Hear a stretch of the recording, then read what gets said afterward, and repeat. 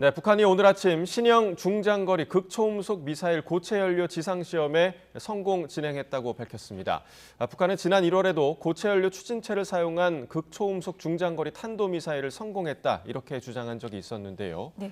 오늘로 서울에서 열리는 민주주의 정상회의가 마무리되는 가운데 이번 북한의 도발 의미도 짚어보겠습니다. 봉영식 연세대 통일연구원 전문연구위원 함께합니다. 어서 오세요. 안녕하십니까. 어서 오십시오.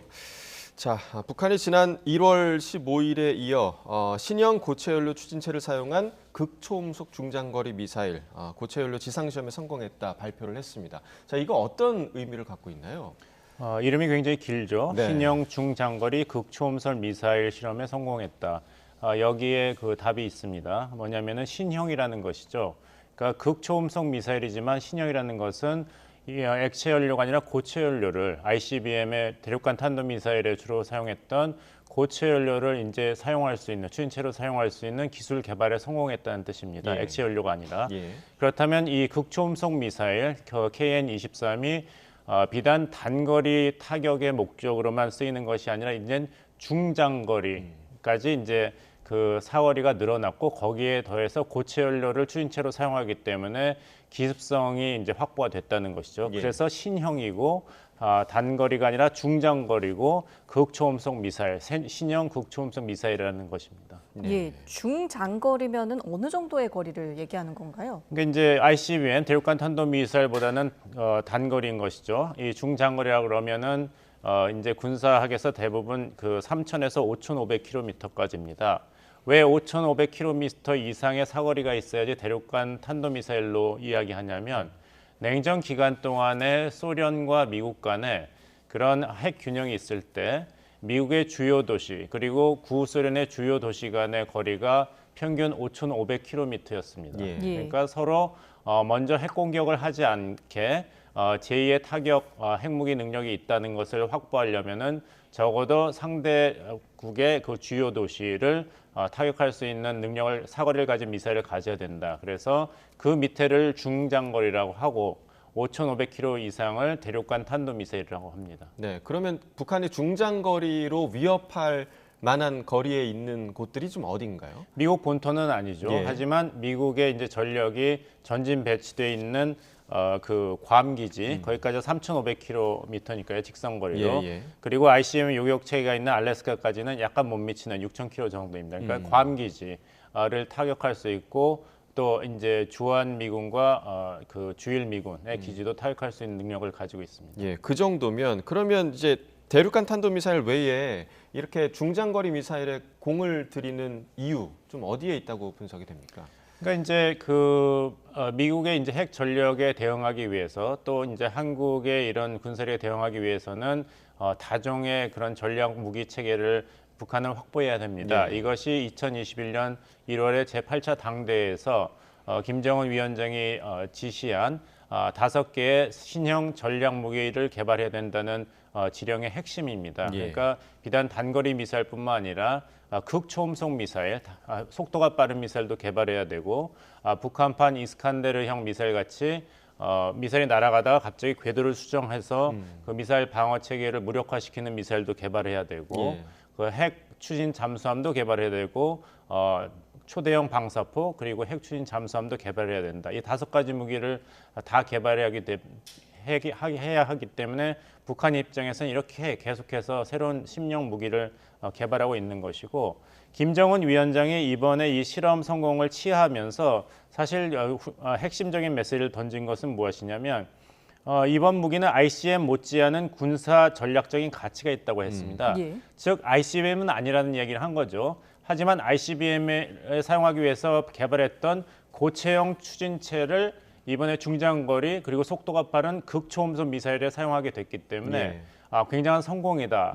우리의 이런 다종 무기 체계의 그 능력 향상의 경이적인 과학기술 성과다 이렇게 이야기를 한 것입니다. 예. 이것이 이제까지 보여준 이제 북한의 신형 무기 개발의 패턴인데 뭐냐면 한 분야에서 성공한다면은 그 분야에서 성공한 것을 가지고 다른 종류의 그런 무기 체계에 응용을 합니다. 적용을 할 수 있다. 그러니까 예. ICBM용으로 고체 연료 추진체를 개발했으면 이것을 단거리 미사일에 한번 사용해보고 또 지대지 미사일 개발에 성공하면 이것을 잠수함 발사 미사일용으로 바꿔본다든지 예. 이런 식으로 하는 것이 북한의 신형 무기 개발의 특징입니다. 예, 연속성상에서 계속 이뤄진다 이렇게 봐야 될 것 같은데요. 지난해 11월 이제 분출 시험한 엔진을 미사일에 장착을 해서 올해 1월에 비행 시험을 했고요. 그 비행에서 파악된 내용을 반영해서 이제 오늘 오전에 엔진의 지상 시험이 있었던 거잖아요. 궁금한 것은 이렇게 새롭게 시험한 엔진을 장착해서 또다시 미사일 발사에 조만간 나서지 않을까? 이 점이 가장 결국에는 이제 안 의문이 좋은 되더라고요. 뉴스는 무엇이냐면은 소위 그 김여정 부부장이 이야기했지만 이것은 한국에서도 하고 있고 어느 나라에서도 하고 있는 군사 주권 차원의 그 일이다. 그러니까 외부 세력이 여기에 대해서 비판을 해서는 안 된다. 이것은 우리 북한판 국방 중기 계획일 뿐이다. 이런 예. 얘기를 했거든요. 근데 그 2021년 제8차 당대에서 결정된 북한판 국방 중기 계획의 목표인 5가지 신형 무기가 아직 개발이 완성되지 않았습니다. 예. 그러니까 그 개발이 완성되기 전까지는 북한 입장에서는 아무리 외부 세력이 그것을 비판하고 견제를 한다 하더라도 계속 그 완성을 위해서 실험을 할 수밖에 없죠. 자, 어찌됐든 이 모든 발표들이 북한의 이제 성공 주장이란 말이죠. 그러니까 북한의 이 발사 성공 주장을 우리가 그대로 받아들여도 되는가, 믿어도 되는가, 이 부분도 좀 북한 입장에서는 이제 우리가 그것을 그대로 받아들여서 그 윤석열 정부의 대북 강경책이 결국엔 소용이 없구나. 우리가 킬체인 등 북한의 핵미사일 능력을 제거하고 또 거기에 방어하기 위한 수단 개발에 아무리 노력하더라도 이 게임에서 북한을 이길 수가 없기 때문에 그 나쁜 평화라도 받아들여야 된다는 저 자세로 그 자세를 전환하기를 북한이 기대하고 있겠죠.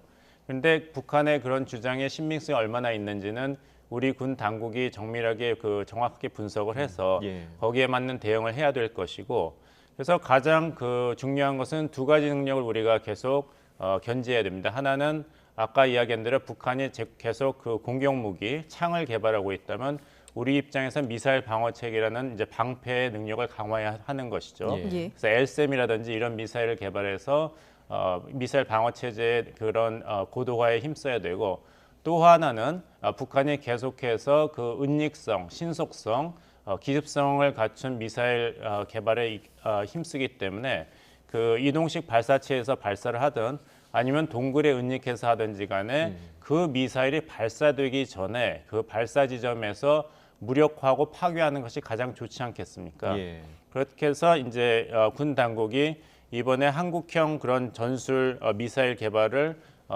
올해 안에 마치겠다. 그 말은 무엇이냐면 동굴에 은닉해 있는 북한의 장사정포가 이제 시동되기 전에 파괴하고 또 북한의 미사일이 이동식 발사대에 장착돼서 한국적으로 발사되기 전에 그 자리에서 파괴하는 그런 미사일과 방어체계 능력을 강화하겠다, 이런 입장을 발표했습니다. 예. 예.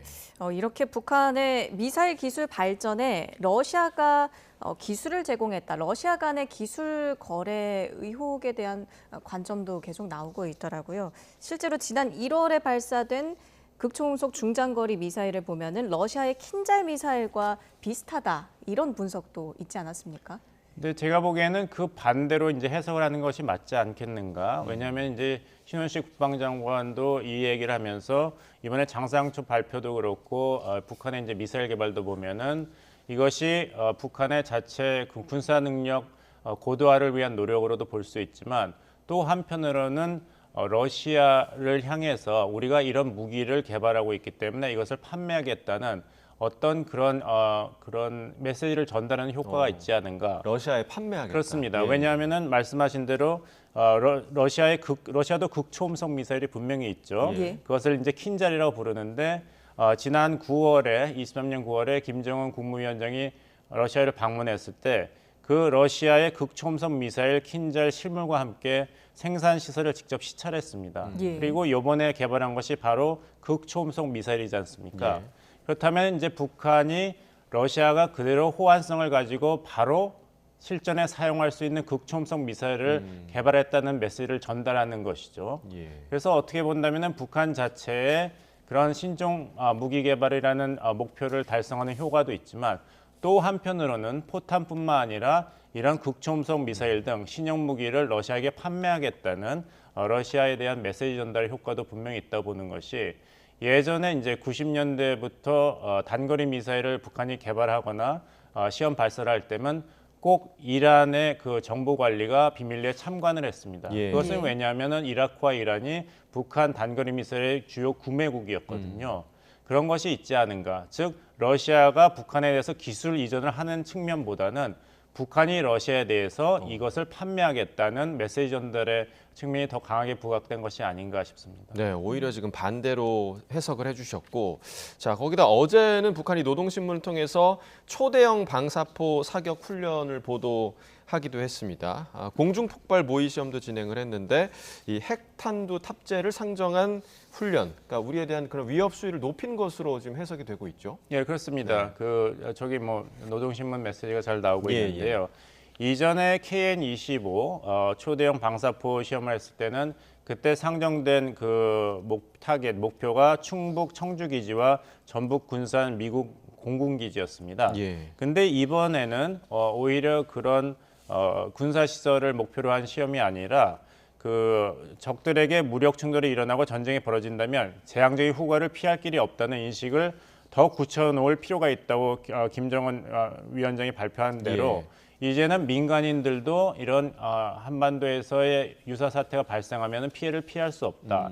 이런 경고의 메시지도 동반한 실험이었다고 보입니다. 또 한면으로 본다면은 이번에 특히 그 목표 상공 성적 고도에서의 공중 폭발 시험을 진행했다고 밝혔거든요. 그 말은 이런 전술핵 무기의 파괴력을 극도로 높여서 인명 피해를 극대화하겠다 이런 실험을 했다는 것을 우리 측에 전달하는 그런 효과를 나타내고 있습니다. 예. 러시아에서는 푸틴 대통령이 오선에 성공을 했죠. 김정은 위원장 역시 푸틴 대통령에게 바로 축전을 보내서 서로 관계가 점점 더 가까워지는 모습이지 않습니까? 글쎄요, 관객에서는 23년 9월에 김정은 그 국무위원장과 러시아 푸틴 대통령이 정상회담을 한 데서 북한과 러시아는 소위 가장 중요한 협력 관계라는 것을 시작은 했습니다. 그런데 우리가 좀 조심해서 봐야 될 것은 과연 그 다음에 후속 조치가 얼마나 북한 측에서 만족할 정도로 진행이 되었는가를 봐야겠어요. 왜냐하면 이제 러시아 입장에서는 상당히 그 만족할 만한 성과가 있었지 않습니까? 예. 이제 북한에서 재래식 무기를 생산해서 예. 러시아의 우크라이나 전쟁 수행을 굉장히 지원하고 있는데 그렇다면 북한은 그 대가로 이제까지 무엇을 받았는가 한다면은 아직 이렇다 하게 손에 잡힐 그런 것이 없습니다.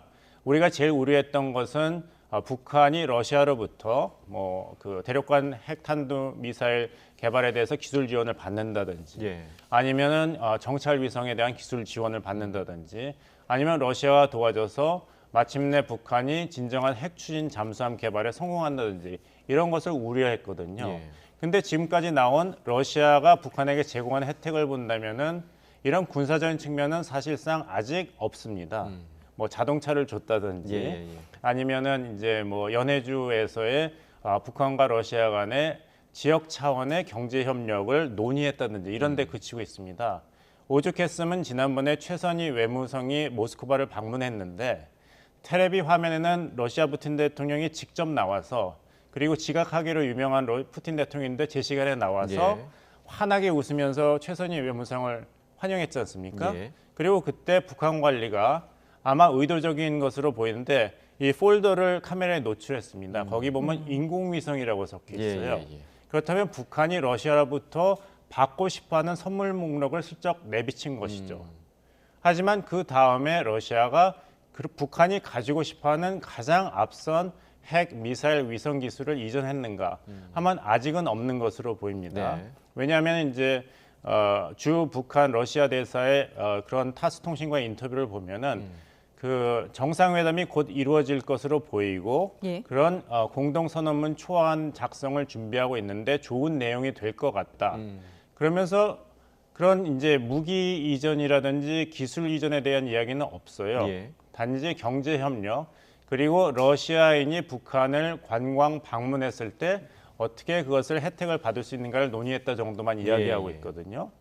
그 말은 아직도 북한은 군사 기술 지원의 문제를 논의하고 싶지만 러시아 측에서는 거기에 대해서 아직 선을 긋고 있는 것이 아닌가. 예. 경제 협력 차원에서만 북한에 대해서 재래식 무기 지원을 해줬으니까 지원을 해주겠다는 예. 것에 그치고 있는 것이 아닌가. 따라서 왜 푸틴 대통령이 이제 대통령 선거가 끝나서 곧 북한을 방문할 것이라는 예상이 나오고 있지만 예. 이것이 조금 늦어질 수 있는 것이 무엇이냐면 예. 푸틴 대통령이 평양에 간다면 2000년 이후로 굉장히 오랜만인데 그냥 갈 수 없지 않습니까? 예. 그렇다면 북한이 원하는 어떤 패키지를 마련해 줘야 되는데 만약에 북한이 원한 대로 이런 신형 무기에 대해서 러시아가 기술 지원을 했다면 대한민국에 대해서 이제 러시아는 할 말이 없어집니다. 이제까지 한국에 대해서 우크라이나 전쟁에 개입하지 말아라. 군사 지원을 한국이 한다면 레드라인을 넘는 것이라고 했는데 러시아가 먼저 레드라인을 넘는다면 한국이 우크라이나에 대해서 군사 지원을 하는 것에 대해서 이제 러시아는 할 말이 없습니다. 예. 예. 그렇다면 러시아가 기껏 북한으로부터 무기를 수입해가지고 우크라이나 전쟁에 지금 노력을 하고 있는데 그 효과가 없어지는 것이거든요. 예, 예. 그렇다면 러시아에도는 큰 손해죠. 그래서 패키지를 주기가 지금 어렵기 때문에 푸틴의 방북이 아직까지는 그 공식화되지 않는 것이 아닌가. 아직도 예. 양측이 물밑 협상을 하고 있는 것이 아닌가 한번 예상해 볼 수 있습니다. 네, 실제로 이제 푸틴이 방북하지 않을 수도 있다. 이런 가능성도 좀 점쳐지고 있는 그런 의견도 있더라고요. 자, 저희가 이제 시간이 좀 촉박하기 때문에 민주주의 정상회의 관련 이야기 잠시 좀 하고 마치겠습니다. 자, 민주주의 정상회의 지금 서울에서 열리고 있는데 어떤 의미인지 좀 짧게 좀 짚어주시고 마무리하겠습니다. 이 부시 행정부 때 이라크 전쟁 그리고 트럼프 행정부 때 신고립주의 때문에 미국의 국제 공신력이 크게 훼손이 되었습니다. 그것을 회복하는 것이 민주당 바이든 대통령의 출범서부터 공언한 것인데 가장 중요한 그런 자원이랄까요? 그것은 예. 민주주의의 회복입니다. 특히 디지털 시대의 가짜 뉴스 대응에 미국과 그 가치를 공유하는 국가들이 나서자 이렇게 이야기한 것이기 때문에 이건 두 가지 의미가 있습니다. 미국의 가치를 실현하는 것 때문에 바이든 대통령이 이런 어떤 시그네처 프로그램을 만든 것이고 두 번째는 공교롭게도 대부분의 민주주의 국가는 경제 강국이고 기술 강국입니다. 예. 그래서 나오는 용어가 테크노 디모크라시라는 얘기가 나옵니다. 민주주의자 기술 강국인 나라랑 손을 잡으면 잡을수록 미국의 국제 영향력이 강해지기 때문에 이것은 실용적인 측면에서도 바이든 행정부로서는 굉장히 중요한 아젠다라 이렇게 말씀드리겠습니다. 예, 알겠습니다. 자, 여기까지 듣겠습니다. 봉영식 연세대 통일연구원 전문연구위원과 이야기 나눠봤습니다. 오늘 말씀 고맙습니다.